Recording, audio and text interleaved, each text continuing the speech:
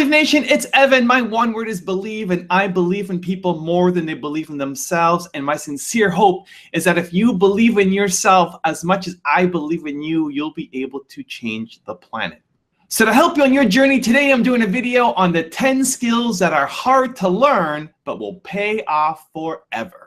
And as always, guys, as you're watching, if you hear something that really resonates with you, leave it down in the comments below. It's much more likely to stick with yourself. And if you leave a comment within the first few hours of the video going live, you have a chance to win one of 2 daily prizes. Enjoy. Skill number 1 is speaking up. One of the things you would want to be sure to do is, whether you like it or not, get very comfortable, it may take a while, with public speaking, for example. I mean, that's an asset that will last you 50 or 60 years, and it's a liability if you don't like doing it or are uncomfortable doing it. That also will last you 50 or 60 years, and it's a necessary skill. Skill number 2 is being honest with yourself. One of the big things that all startups do is they lie to themselves over and over and over. Mine's faster, mine's cheaper, mine's better, mine's this, mine's that. No, it's not. And the reason it's not is because whoever it is you're competing with, it's not like they're ignoring you. It's not like, oh my goodness, this guy just started on Shopify in the startup competition. He's doing $1 million this year. Woe is me, I might as well close up the doors. What are they doing? I'm gonna copy what they're doing. And now you've got to stay ahead. And so, you've got to be very careful as an entrepreneur to be brutally honest with yourself. And those are some of the things that you'll hear from me as a mentor, that know what you don't know, but you've got to know your business better than anybody. Skill number 3 is having confidence. I don't know if you'd agree with me on this, but in many ways, one of the key factors to legendary success isn't your natural ability. It's not whether you have the right product. It's not whether you're in the right field. It's not whether you've had a blessed background. It's not whether you have the right IQ. I want you to really think about and deconstruct and play with, maybe later tonight in your journal. I want you to deconstruct this idea of confidence. And it seems like a very simple word, but just think about it in your own life. When you have confidence, or we could even call it fire, when you have that fire within you, that confidence, that interior bravery, you almost have this power to do whatever it takes to get your brave vision done. You see, in this world, it's not about, in many ways, your strategy in your business or your ability in your life. It's about this thing called confidence. And we have all had these times in our lives when we are full of confidence. And what other people see as a problem, we simply do see as an opportunity. Other people see it as a stumbling block or a wall, and we see it as a stepping stone or this solution. And so confidence is something that you really want to wire in. Confidence is something you really want to develop. Confidence is a practice. Confidence is a muscle. And like any muscle, the more you focus on it and practice it and train it, the stronger your confidence is going to grow. And I just have to say it again. When you are at a place in your life when there is an ongoing, steady stream of confidence moving through your mindset, moving through your heart set, you do the heroic in your business and you achieve the remarkable in your life. Skill number 4 is listening. Nelson Mandela is a particularly special case study in the leadership world because he is universally regarded as a great leader. You can take other personalities, and depending on the nation you go to, we have different opinions about other personalities. But Nelson Mandela across the world is universally regarded as a great leader. He was actually the son of a tribal chief. And he was asked one day, "How did you learn to be a great leader?" And he responded that he would go with his father to tribal meetings. And he remembers 2 things when his father would meet with other elders. 1, they would always sit in a circle. And 2, his father was always the last to speak. You will be told your whole life that you need to learn to listen. I would say that you need to learn to be the last to speak. I see it in boardrooms every day of the week. Even people who consider themselves good leaders, who may actually be decent leaders, will walk into a room and say, here's the problem, here's what I think, but I'm interested in your opinion, let's go around the room. It's too late. The skill to hold your opinions to yourself until everyone has spoken does two things. One, it gives everybody else the feeling that they have been heard. It gives everyone else the ability to feel that they have contributed. And two, you get the benefit of hearing what everybody else has to think before you render your opinion. The skill is really to keep your opinions to yourself. If you agree with somebody, don't nod yes. If you disagree with somebody, don't nod no. Simply sit there, take it all in, and the only thing you're allowed to do is ask questions so that you can understand what they mean and why they have the opinion that they have. You must understand from where they are speaking, why they have the opinion they have, not just what they are saying. And at the end, you will get your turn. It sounds easy, it's not. Practice being the last to speak. That's what Nelson Mandela did. Skill number 5 is managing your time. My challenge in our generation is that gradually, through entertainment, through television, through media, through every way possible, we are living in a generation of the dumbing down of ideas. Because we have traded effectiveness for busyness. Statistics say, yeah, somebody ought to clap on that. We are busier than any other generation we have seen in the last 300 to 400 years. We are so busy. We are busier than a one-arm wallpaper hanger. We're just busy. You'll get it later. Don't worry about it. It'll hit you in a minute. We are just as busy as we can be, and we think because we're busy, we're effective. But I want you to challenge your schedule for a minute and ask yourself, are you really being effective? Or is your life cluttered with all kinds of stuff that demands you and drains you and taxes you and stops you from being your highest and best self? And are you substituting busyness and all the chaos that goes along with busyness from being effective? Let me tell you, a bunch of scientists got together and they began to do some research, and they began to determine that 80% of the things we do are busy things that we do in an area that is not effective, that the average person only spends 20% of their time doing the thing that they are really gifted at, created at, passionate about, excited to do, and the rest of it is all the dismal, dumb stuff that we all have to do in order to survive. Just crazy stuff that we're doing. Wonder what would happen if we would go from doing 80% of things that are busy but not effective and 20% of the things that are really effective if we would switch those numbers around and only give 20% of our time to the things that we have to do and 80% of our time to the thing that we were created to do.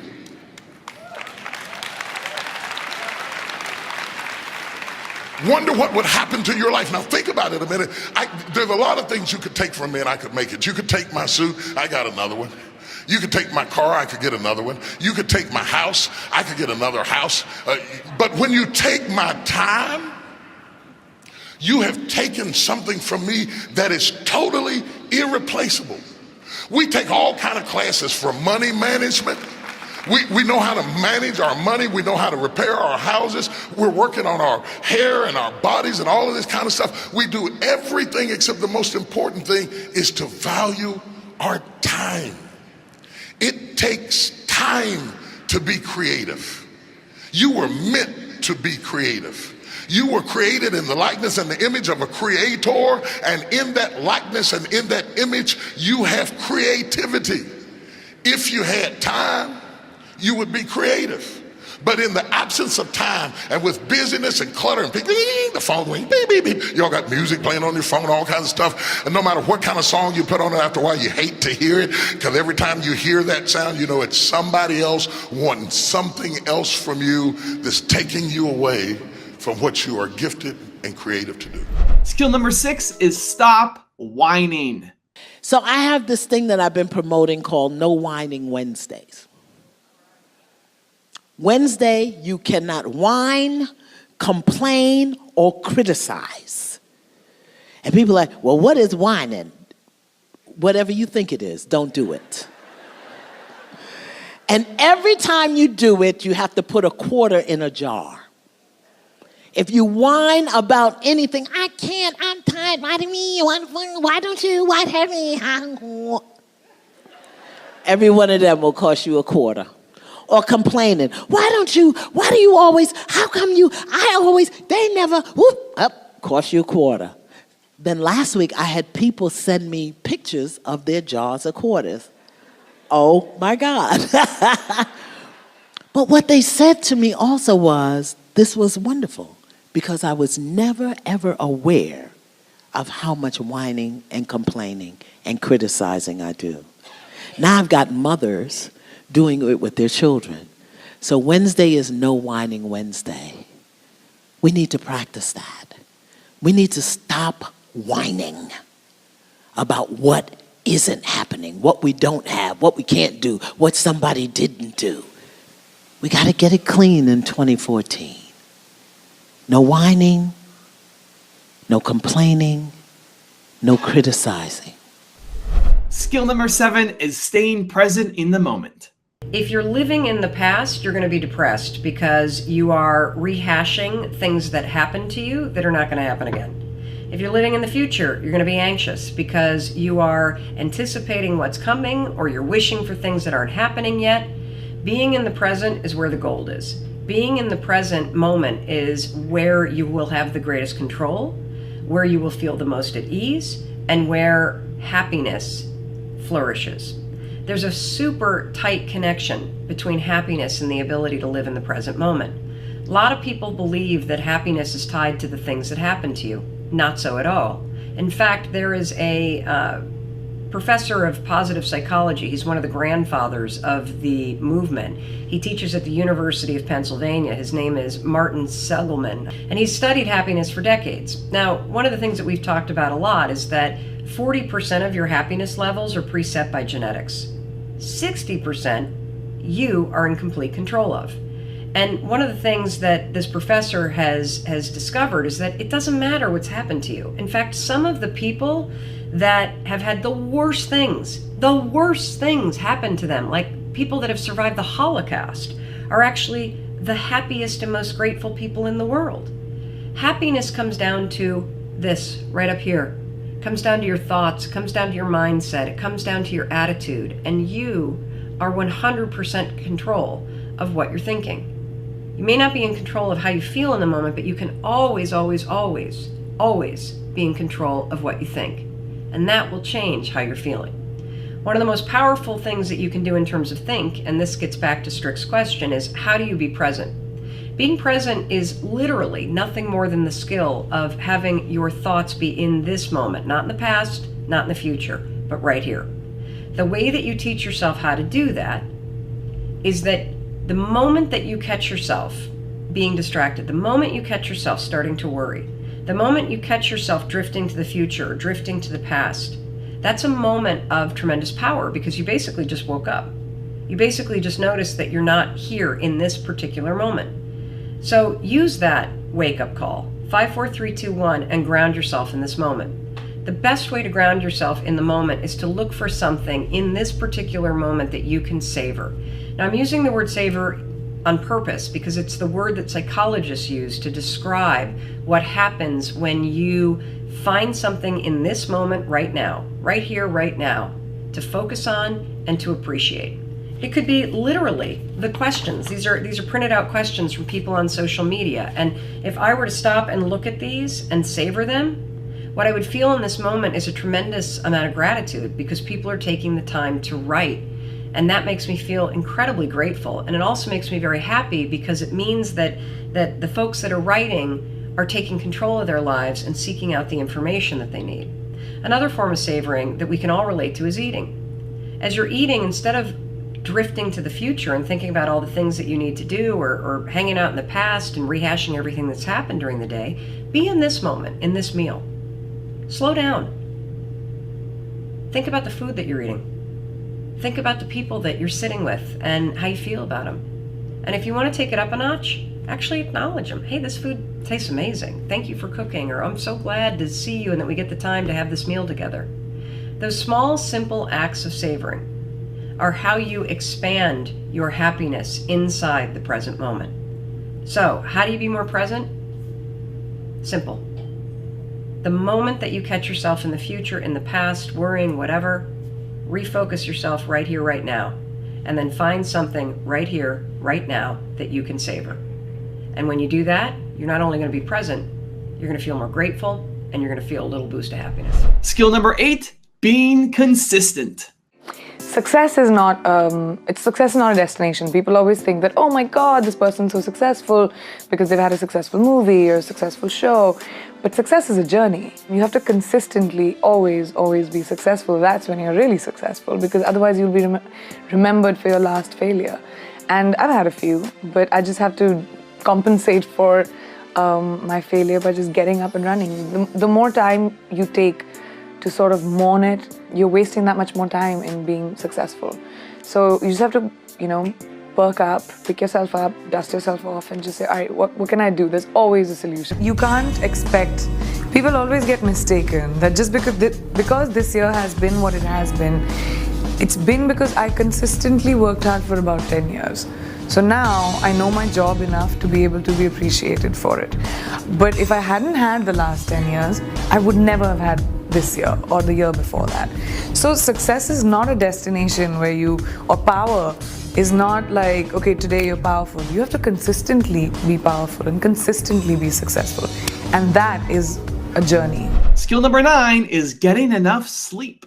Well, first of all, I prioritize sleep. And that means saying no to things you want to do. It's not easy. No, it's hard. I think the hardest thing, yeah. Last night, Sheryl Sandberg interviewed me at the San Francisco Symphony Hall. And then I had to sign books. And I would have loved to go and have dinner with her, but I went to bed. And, because if I had gone out to dinner and hadn't gotten my at least 7 hours sleep that I need and had to get up early to do TV, I would not be enjoying being here with you now. And I'm really enjoying it. And I'm 100% present. I'm not tired. And I hate being tired more than I hate anything. And skill number 10 is having empathy. I've thought a lot about the power of empathy.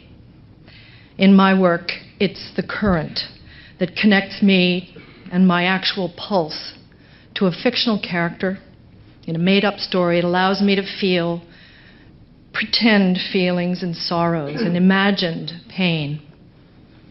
And my nervous system is sympathetically wired, and it conducts that current to you sitting in a movie theater, and to the woman sitting next to you, and to her friend, so that we all feel that it's happening to us at the same time. It's a very mysterious and valuable resource of the human species.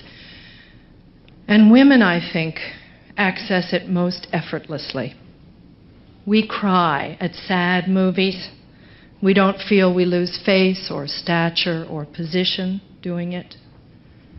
We see a news story that enrages us and we write letters through tears, our hearts pounding. I used to wonder why human beings developed these inconvenient and embarrassing responses, this sniffling, choking, wet obstruction.